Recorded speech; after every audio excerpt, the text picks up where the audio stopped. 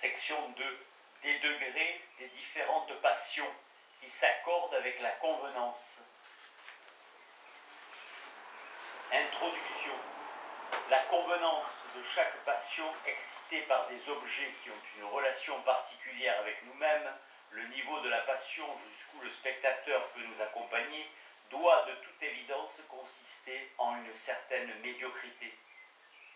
Référence à la théorie de la vertu comme juste milieu chez Aristote, voire l'éthique à Nicomaque. Smith, dont la référence antique privilégiée est le stoïcisme, préfère pourtant en l'occurrence la métriopathie aristotélicienne à l'apathie stoïcienne, fortement critiquée. C'est le fait même de penser la sympathie comme régulation et non comme suppression des intensités passionnelles qui explique le recours de Smith à cette thèse aristotélicienne. L'idée que la vertu suppose un état moyen des passions est d'ailleurs partagée par les autres auteurs de la tradition des sentiments moraux, voir Shaftesbury dans Virtue or Merit. Le spectateur ne peut entrer dans la passion si elle est trop forte ou trop faible. Par exemple, la peine et le ressentiment senti à l'occasion de malheurs et de préjudices privés peuvent facilement être trop forts, et chez la plupart des hommes, il en est ainsi. De même, ils peuvent être trop faibles, bien que ce soit moins souvent le cas. L'excès est appelé faiblesse et fureur, et le défaut est nommé stupidité, insensibilité et manque de tempérament. Nous ne pouvons entrer ni dans l'un ni dans l'autre de ces états, et nous sommes au contraire stupéfaits et embarrassés à leur vue. Toutefois, cette médiocrité en quoi consiste le point de convenance diffère selon les passions. Ce niveau peut être haut pour certains et bas pour d'autres. Il y a des passions qu'il est indécent d'exprimer très fortement, même en des occasions où il est reconnu que nous ne pouvons pas éviter de les sentir au plus haut degré. Et il en est d'autres pour lesquelles les expressions les plus fortes peuvent être très gracieuses en certaines occasions, même si les passions elles-mêmes ne naissent peut-être pas avec une telle nécessité. Les premières sont les passions avec lesquelles, pour certaines raisons, nous ne sympathisons que peu ou pas du tout. Les secondes sont les passions avec lesquelles, pour d'autres raisons, nous sympathisons le plus. Et si nous considérons toutes les différentes passions de la nature humaine, nous nous apercevrons qu'on les regarde comme décentes ou indécentes exactement selon que les hommes sont plus ou moins disposés à sympathiser avec elles. Chapitre 1. Des passions qui ont le corps pour origine. 1. Il est indécent d'exprimer un degré élevé de ces passions qui naissent d'une certaine situation ou disposition du corps, parce qu'on ne peut pas s'attendre à ce que la compagnie, ne partageant pas la même disposition, sympathise avec elle. Avoir une faim violente, bien qu'elle soit en de nombreuses occasions non seulement naturelle, mais encore inévitable, est toujours indécente, et manger voracement est universellement regardé comme un exemple de mauvaise manière. Il existe toutefois quelques degrés de sympathie avec la faim. Il est agréable de voir nos compagnons manger de bon appétit, et toutes les expressions de dégoût sont choquantes. La disposition du corps, qui est habituelle chez un homme en bonne santé, fait que l'appétit d'autrui, mais pas son dégoût, fait que son estomac partage aisément, si l'on autorise une expression si malséante, l'appétit d'autrui, mais pas son dégoût. Nous pouvons sympathiser avec la détresse occasionnée par la faim excessive, quand nous en lisons la description dans le journal d'un siège ou d'un voyage en mer. Nous nous imaginons dans la situation de ceux qui souffrent, et par là nous concevons aisément la peine, la peur et la consternation qui doivent nécessairement les accabler. Nous sentons nous-mêmes quelques degrés de ces passions, et ainsi nous sympathisons avec elles. Mais comme lire cette description ne nous donne pas faim, on ne peut pas dire, même dans ce cas, que nous sympathisons avec leur faim. Il en va de même pour cette passion par laquelle la nature unit les deux sexes. Quoiqu'elle soit naturellement la plus furieuse de toutes les passions, toutes ces expressions vives sont en toute occasion indécentes, même entre les personnes pour qui s'y laisser complètement aller est reconnu par toutes les lois humaines ou divines comme parfaitement innocent.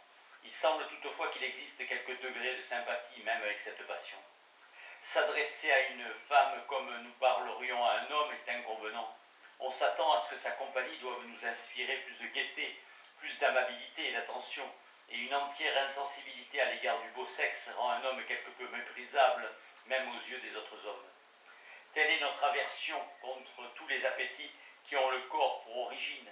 Toutes les expressions vives de ces appétits sont répugnantes et désagréables. Selon certains philosophes antiques, ce sont là les passions que nous avons en commun avec les brutes et qui, ne comptant pas parmi les qualités caractéristiques de la nature humaine, sont pour cette raison en dessous de sa dignité. Mais il y a beaucoup d'autres passions que nous avons en commun avec les brutes et qui ne nous apparaissent pas pour autant si brutales. Par exemple, le ressentiment, l'affection naturelle et même la gratitude.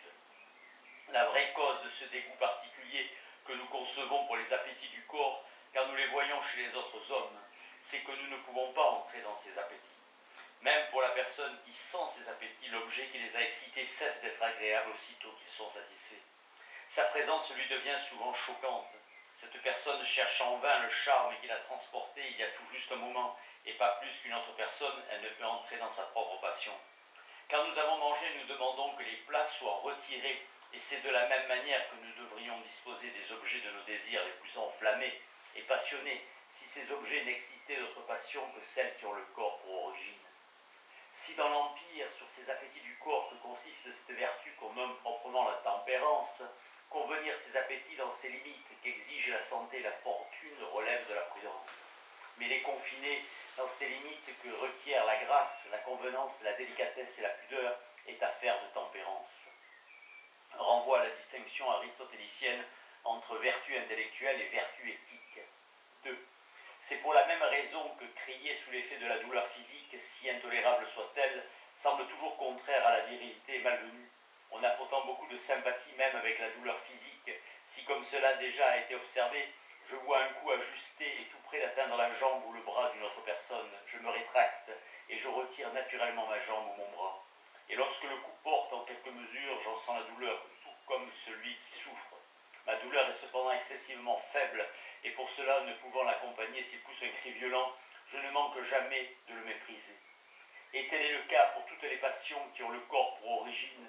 Soit elles n'excitent pas de sympathie du tout, soit elles en excitent un degré totalement disproportionné par rapport à la violence de ce qui est senti par celui qui souffre. Il en va tout autrement pour les passions qui ont l'imagination pour origine.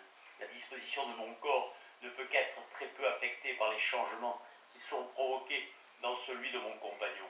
Mais mon imagination est plus malléable et prend plus aisément, si je peux dire, la forme et la configuration de l'imagination de ceux qui me sont familiers. Pour cette raison, une déception touchant l'amour ou l'ambition suscite plus de sympathie que le plus grand des maux physiques.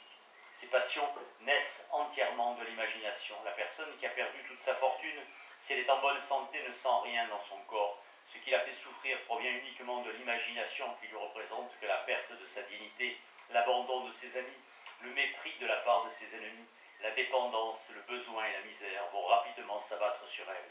Et pour cela, nous sympathisons plus fortement avec elle, parce que notre imagination se moule plus aisément sur la sienne que notre corps ne se façonne d'après le sien. On peut considérer en général que perdre une jambe est une calamité plus réelle que perdre une maîtresse. Pourtant, une tragédie qui relaterait la perte d'une jambe ou quelque autre souffrance de ce genre serait ridicule. Au contraire, une infortune de l'autre genre, si frivole qu'elle puisse paraître, constitue le sujet de nombreuses excellentes tragédies. Rien n'est si vite oublié que la douleur. Au moment où elle disparaît, tout le tourment qui lui est lié s'évanouit, et y penser ne peut plus désormais provoquer aucun trouble. Nous-mêmes, nous ne pouvons plus entrer dans l'angoisse et la peine que nous avions conçue auparavant. Une parole inconsidérée de la part d'un ami occasionnera un malaise plus durable. Le tourment provoqué dure au-delà de la chose dite. Ce qui nous trouble avant tout n'est pas l'objet des sens, mais l'idée de l'imagination. Et puisque c'est une idée qui occasionne notre malaise, l'imagination demeurera tourmentée et amère en y pensant tant que le temps et d'autres accidents ne l'auront pas en quelque mesure effacé de notre mémoire. Rôle du temps qualifié de grand consolateur universel. La douleur ne suscite pas de sympathie très vive, à moins d'être accompagnée de danger. Nous sympathisons avec la crainte de lui, de celui qui souffre, bien que nous ne sympathisions pas avec sa souffrance. La crainte est cependant une passion qui est entièrement dérivée de l'imagination. Celle-ci nous représente avec une incertitude ou fluctuation qui augmente notre angoisse, non pas ce que nous sentons réellement, mais ce que nous risquons de souffrir plus tard. La goutte ou le mal de dents excite très peu de sympathie, bien qu'il soit extrêmement douloureux. Des maladies plus dangereuses excitent la plus haute sympathie, bien qu'elles s'accompagnent de très peu de douleur. Certaines personnes s'évanouissent et sont indisposées à la vue d'une opération chirurgicale, et la douleur physique occasionnée par les chairs qu'on déchire semble exciter en elles la sympathie la plus excessive. Nous concevons d'une manière beaucoup plus vive et distincte la douleur qui procède d'une cause externe que celle qui naît d'un désordre interne. Je peux à peine former une idée des souffrances de mon prochain quand il est torturé par la goutte ou la pierre, mais j'ai la conception la plus claire de ce qu'il doit souffrir à l'occasion d'une coupure, d'une blessure ou d'une fracture. Cependant, la cause principale qui fait que de tels objets produisent des effets si violents sur nous est leur nouveauté.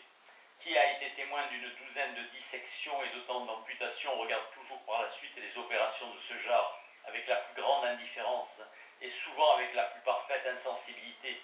Mais bien que nous ayons lu ou vu représenter plus de 500 tragédies, nous sentirons rarement notre sensibilité pour les objets qu'elles représentent s'émousser si entièrement. Dans Rhétorique, si Smith remarque que la nouveauté est, à l'inverse du cas des douleurs physiques, exposée ici plus un désavantage qu'un avantage pour le spectateur d'une tragédie. En effet, le plaisir qu'offre une tragédie croît souvent avec la répétition, car lorsqu'il y a plus de nouveautés, nous pouvons être libres de concentrer toute notre attention sur les sentiments et l'action de chaque scène. Certaines tragédies grecques tentent d'exciter la compassion par la représentation des tourments de la douleur physique. Philoctète hurle et s'évanouit sous l'effet de ces souffrances extrêmes. Hippolyte et Hercule nous sont montrés tous deux expirant sous l'effet des plus affreuses tortures qui, semble-t-il, sont insupportables même pour le courage d'Hercule. Cependant, dans tous ces cas, ce n'est pas la douleur qui nous intéresse, mais d'autres circonstances. Ce n'est pas le pied douloureux de Philoctète, mais sa solitude qui nous affecte et répand dans cette tragédie touchante un charme romanesque et sauvage qui est si agréable à l'imagination. Les souffrances d'Hercule et d'Hippolyte ne sont intéressantes que parce que nous prévoyons que la mort en sera la conséquence. Si ces héros en réchappaient, nous trouverions la représentation de leur douleur parfaitement ridicule. Quelle tragédie aurait pour sujet le malheur de souffrir d'une colique, et pourtant il n'est pas de douleur plus aiguë. Ces tentatives pour exciter la compassion par la représentation de la douleur physique peuvent être regardées comme l'un des plus grands manquements au décorum dont le théâtre grec est donné l'exemple. Le peu de sympathie que nous sentons avec la douleur physique est le fondement de la convenance qu'il y a à l'endurer avec constance et patience. L'homme qui s'interdit de céder à toute faiblesse sous les tortures les plus affreuses ne laisse échapper nul gémissement, ne s'abandonne à aucune passion dans laquelle nous ne puissions entièrement entrer. Cet homme-là force notre plus haute admiration. Sa fermeté le rend capable de s'accorder à notre indifférence et à notre insensibilité. Nous admirons et nous accompagnons entièrement l'effort magnanime qu'il fait pour atteindre cette fin. Nous approuvons son comportement et connaissant par expérience la faiblesse commune de la nature humaine, nous sommes surpris et nous nous étonnons qu'il soit ainsi capable d'agir pour mériter l'approbation. Comme nous l'avons déjà observé, l'approbation mêlée et renforcée de l'étonnement et de la surprise produit le sentiment qu'on nomme à proprement parler l'admiration, dont l'applaudissement est l'expression naturelle. Chapitre 2 de ces passions qui ont pour origine une disposition particulière ou une habitude de l'imagination. Même parmi les passions qui naissent de l'imagination, on sympathise peu avec celles qui ont pour origine une disposition particulière, une habitude acquise par l'imagination, bien que ces passions puissent être reconnues comme parfaitement naturelles. L'imagination des hommes, n'ayant pas acquis cette disposition particulière, ne peut entrer dans ces passions. De telles passions sont toujours en quelque mesure ridicules, bien qu'on puisse accorder qu'elles sont presque inévitables dans certaines circonstances de la vie. Tel est le cas de ce fort attachement qui grandit naturellement entre deux personnes de sexe opposé qui ont depuis longtemps fixé leurs pensées l'une sur l'autre. Notre imagination n'ayant pas suivi la même route que celle de l'amant, nous ne pouvons entrer dans l'ardeur de ses émotions. Si notre ami a subi un préjudice, nous sympathisons aisément avec son ressentiment et nous nous fâchons contre la personne avec laquelle il est fâché. S'il a reçu un bienfait, nous entrons aisément dans sa gratitude et nous avons un sens très élevé du mérite de son bienfaiteur. Mais s'il est amoureux, et bien que nous puissions penser que sa passion est aussi raisonnable qu'une autre du même genre, nous ne nous estimons jamais tenus de concevoir une passion de ce genre, ni de la concevoir à l'égard de la personne dont il était pris. La passion apparaît à tous, excepté à l'homme qui la sent. hors de toute proportion avec la valeur de l'objet. Et nous nous moquons toujours de l'amour, parce que nous ne pouvons entrer dans ce sentiment, bien qu'il soit excusé à un certain âge, parce que nous savons qu'il est naturel. Dans Jurisprudence, Smith évoque à propos du droit de mariage le mépris des Grecs et des Romains pour l'amour. On estimait autrefois que cette passion était sotte et ridicule et qu'on n'en devait jamais parler avec sérieux. Smith continue en disant que la poésie et le théâtre antique ne se sont pas intéressés aux histoires d'amour. Selon Smith, la transformation du droit du mariage en interdisant le divorce et en instaurant une union à vie a amené les hommes à considérer l'amour comme une chose sérieuse, dans la mesure où désormais le choix de l'objet de cette passion qui précède communément le mariage devint de la plus grande importance. Toutes les expressions sérieuses et fortes de cette passion apparaissent ridicules à un tiers. Bien qu'un amant soit de bonne compagnie pour sa maîtresse, il ne l'est pour personne d'autre. Lui-même y est sensible, en tant que sa passion ne lui tourne pas la tête. Il s'efforce d'en rire et de la considérer avec ironie. C'est de cette seule manière qu'il nous plaît d'en entendre parler, car c'est de cette seule manière que nous serions disposés à en parler nous-mêmes. Nous nous lassons de l'amour grave, pédant, qui s'étire à longueur des phrases chez Cowley et Pétrarque, eux qui ne se sont jamais privés d'exagérer la violence de leur attachement, mais la gaieté d'Ovide et la galanterie d'Horace nous sont toujours agréables. Cependant, bien que nous ne sentions pas à proprement parler de sympathie avec un attachement de ce genre, bien que nous ne soyons jamais portés, même en imagination, à concevoir une passion pour cette personne particulière, comme nous avons déjà conçu ou comme nous serions disposés à concevoir des passions du même genre, nous entrons aisément dans les grands espoirs du bonheur qui satisferaient cette passion, aussi bien que dans les craintes de la profonde détresse qui naîtrait de sa déception. Cet attachement ne nous intéresse pas en tant que passion, mais comme situation qui occasionne d'autres passions qui nous intéressent. L'espoir, la crainte et la détresse en tout genre, c'est de la même manière que dans la description d'un voyage en mer, ce n'est pas la fin qui nous intéresse, mais la détresse qu'elle occasionne. Bien que nous n'entrions pas dans l'attachement de l'amant, nous accompagnons aisément les espoirs du bonheur romanesque qu'il en dérive. Nous sentons combien il est naturel pour l'esprit, dans une certaine situation relâché par l'indolence et fatigué par la violence du désir, d'avoir envie de sérénité et de calme, et d'espérer les trouver dans la satisfaction de cette passion qui le tourmente. Nous sentons combien il est naturel qu'il se forme l'idée de cette vie de tranquillité et de retraite pastorale que l'élégant, le tendre et le passionné Tibulle prend tant de plaisir à décrire. Une vie semblable à celle des îles fortunées chantées par les poètes, une vie d'amitié, de liberté et de repos, exempte de travail, de soucis et de toutes les passions turbulentes qui les accompagnent. Même des scènes de ce genre nous intéressent au plus haut point, quand elles sont dépeintes plutôt comme un espoir que comme une jouissance réelle. La grossièreté de cette passion qui se mêle à l'amour, et en est même peut-être le fondement, disparaît quand sa satisfaction est éloignée et distante. Mais elle rend toute la scène choquante quand on en décrit la satisfaction immédiate et présente. Pour cette raison, la passion heureuse nous intéresse bien moins que la passion craintive et mélancolique. Nous tremblons devant tout ce qui peut décevoir des espoirs aussi naturels et agréables, et ainsi nous entrons dans toute l'inquiétude, l'angoisse et la détresse de l'amant. De là vient que dans certains romans et tragédies modernes, cette passion apparaisse si étonnamment intéressante. Ce n'est pas tant l'amour de Castaldi et de Monime qui nous plaît dans L'Orpheline que la détresse occasionnée par cet amour. Un auteur qui nous montrerait une scène où deux amants s'expriment leur tendresse réciproque dans une parfaite tranquillité exciterait le rire et non la sympathie. Si l'on n'admet jamais une scène de ce genre dans une tragédie, elle est toujours en quelque mesure inconvenante. Et si on la supporte, ce n'est pas par sympathie avec la passion qui est exprimée, c'est par intérêt pour les dangers et les difficultés dont le public prévoit qu'ils viendront probablement compromettre la satisfaction de cette passion. La réserve que les lois de la société imposent au beau sexe en raison de sa faiblesse fait de l'amour l'occasion de beaucoup de détresse chez les femmes et le rend ainsi particulièrement intéressant. Nous sommes charmés par l'amour de Phèdre, tel qu'on le voit exprimé dans la tragédie française qui porte ce nom, et cela malgré toute l'extravagance et le crime de cette passion. On peut dire que dans une certaine mesure, cette extravagance est ce crime même qui nous la recommande. La crainte de Phèdre, sa honte, son remords, son horreur, son désespoir deviennent par là plus naturels et plus intéressants. Toutes les passions secondaires, si l'on m'autorise à les nommer ainsi, qui naissent de la situation d'amour, devient nécessairement plus furieuse et plus violente.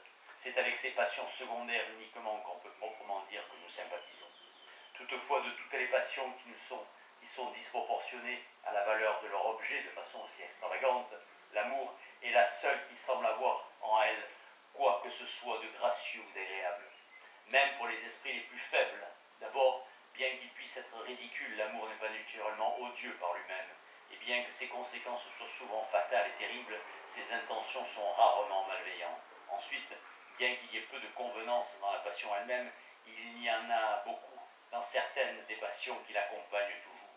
Il y a dans l'amour un mélange robuste d'humanité, de générosité, de bonté, d'amitié, d'estime, autant de passions entre toutes avec lesquelles, pour des raisons qui vont bientôt être expliquées, nous avons la plus grande propension à sympathiser, même si nous sommes sensibles au fait qu'elles sont en quelque mesure excessives. Notre sympathie avec elles rend la passion qui les accompagne moins désagréable et la soutient dans notre imagination, malgré tous les vices qui lui sont communément liés, malgré le fait que chez un sexe, cette passion mène nécessairement à la ruine et à l'infamie dernière, tandis que chez l'autre sexe, où l'on tient qu'elle est moins fatale, elle s'accompagne presque toujours d'une incapacité au travail, d'une négligence du devoir, d'un mépris de la gloire et même de la réputation commune. Malgré tout cela, le degré de sensibilité et de générosité qui est supposé accompagner l'amour fait de cette passion un objet de vanité pour beaucoup. Les hommes sont contents de sembler capables de sentir ce dont ils ne tireraient aucun honneur s'ils l'avaient réellement senti.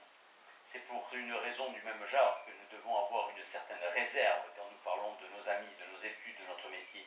Tous ces objets ont en commun qu'on ne peut s'attendre à ce qu'ils intéressent nos compagnons comme ils nous intéressent nous-mêmes. Même idée chez Mandeville quant à l'inconvenance de parler de soi et de sa famille. C'est faute de cette réserve qu'une moitié du genre humain tient mauvaise compagnie à l'autre. Un philosophe est de bonne compagnie uniquement pour un autre philosophe, le membre d'un club uniquement pour son propre petit cercle de compagnons.